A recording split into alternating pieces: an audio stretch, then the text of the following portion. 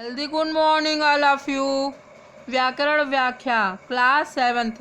बच्चों, मैंने first chapter आपको पढ़ाया है, इसका क्वेश्चन आंसर कराया है। सेकंड चैप्टर मैंने रीडिंग कराई और समझाया भी है। इसका नाम है व्याकरण। इसका एक्सरसाइज है बच्चों, सही उत्तर पर सही का निशान लगाइए। बच्चों, जो मैंने होमवर्क देती हूँ इसको आपको कॉपी में भी करना है और लर्न भी करना है। होमवर्क आप साथ में करते रहिएगा ताकि आपको परेशानी ना होने पाए। व्याकरण है क्या है बच्चों? साध्य की साधन या दोनों। व्याकरण साधन है। किस चीज़ का साधन है? भाषा के शुद्ध और अशुद्ध जानकारी का साधन क्या है? व्याकरण है। पहले बनती है भाषा, व्याकरण या दोनों। बच्चों, पहले भाषा बनती है। भाषा बनेगी तभी हम उसके शुद्धता अशुद्धता की जानकारी लेंगे, जो व्याकरण के माध्यम से होगा। इसलिए पहले क्या बनती है? भाषा। व्याकरण के विभाग होते हैं। कितने विभाग होते हैं बच्चों? 2, 3 या 4। व्याकरण के 3 विभाग होते हैं बच्चों। सबसे पहले वर्ण विचार, फिर शब्द विचार, फिर वाक्य विचार। अब है रिक्त स्थान भरिए, फिल इन द ब्लैंक्स। साध्य है भाषा सीखना। क्या है बच्चों? साध्य क्या है? भाषा सीखना। व्याकरण नवीन शब्दों की रचना करना भी सिखाता है। व्याकरण के माध्यम से हम नए नए शब्दों की रचना भी करना सीखते हैं बच्चों। शुद्ध भाषा सभी विषयों में अधिक अंक तथा अधिक सम्मान दिलवाती है। भाषा शुद्ध, जहाँ हमारी भाषा में शुद्धता हो गई, स्पष्टता होगी, संक्षिप्तता होगी, वहीं मुझे सम्मान और आदर का स्थान मिलेगा। अगर हम बच्चों अशुद्ध शब्द का प्रयोग करेंगे तो हम मजाक के पात्र होंगे।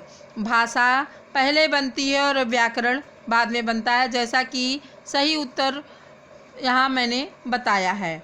शब्द विभाग में शब्दों के भेद, रूपांतर, रूपांतरण और व्युत्पत्ति का वर्णन होता है। नेक्स्ट है बच्चों, व्याकरण साधन है, साध्य नहीं है। व्याकरण क्या है बच्चों? साधन है, एक जरिया है, एक माध्यम है, साध्य नहीं है। व्याकरण द्वारा भाषा का नियमबद्ध, सुव्यवस्थित तथा श्रेष्ठ रूप प्रकट किया जाता है। बच्चों, आप इसको कॉपी में करिएगा और लर्न भी करिएगा। अब है क्वेश्चन आंसर। कितने मिनट का हो गया? अब है बच्चों, व्याकरण किसे कहते हैं? क्वेश्चन है बच्चों, व्याकरण किसे कहते हैं? जिस शास्त्र में भाषा के अंग प्रत्यंग का विवेचन और विश्लेषण होता है तथा उसके शुद्ध रूप और प्रयोग का निरूपण होता है, उसे व्याकरण कहते हैं। जैसे खाता राम आम है। देखो बच्चों, ये सारे शब्द इसमें भी हैं, लेकिन ये जैसा कि इसमें बताया गया है, सुव्यवस्थित और क्रमबद्ध से ही एक सार्थक अर्थ निकलता है। उसी को इससे हम व्याकरण से ये सीखते हैं। जैसे खाता राम आम है, ये क्या है? अशुद्ध है। राम आम खाता है, ये क्या है? शुद्ध है। इसको हमें कैसे जानकारी मिली? ये जानकारी मुझे व्याकरण के माध्यम से हुई। क्वेश्चन है बच्चों, कुशल विचारक बनने के लिए क्या आवश्यक है? कुशल विचारक बनने के लिए व्याकरण के अध्ययन द्वारा भाषा के शुद्ध प्रयोग का ज्ञान होना आवश्यक है। बच्चों, कुशल विचारक किसी चीज़ में आगे सफल कैसे होंगे? जब हम उस भाषा की पूर्ण जानकारी मुझे होगी। और जानकारी कब होगी? जब हम उसका पूर्ण अध्ययन करेंगे।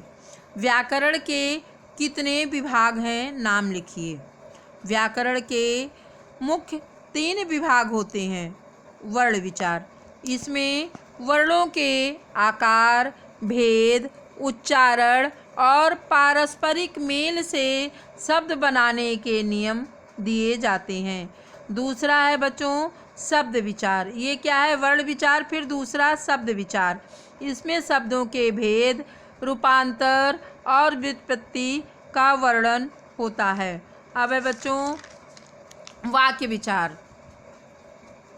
जैसा मैंने अभी पहले भी बताया है, इसमें वाक्यों के अंशों का पारस्परिक संबंध बताया जाता है और शब्दों से वाक्य की रचना के नियमों का उल्लेख किया जाता है। बच्चों आप इसको कॉपी में नोट करिएगा और लर्न भी करिएगा।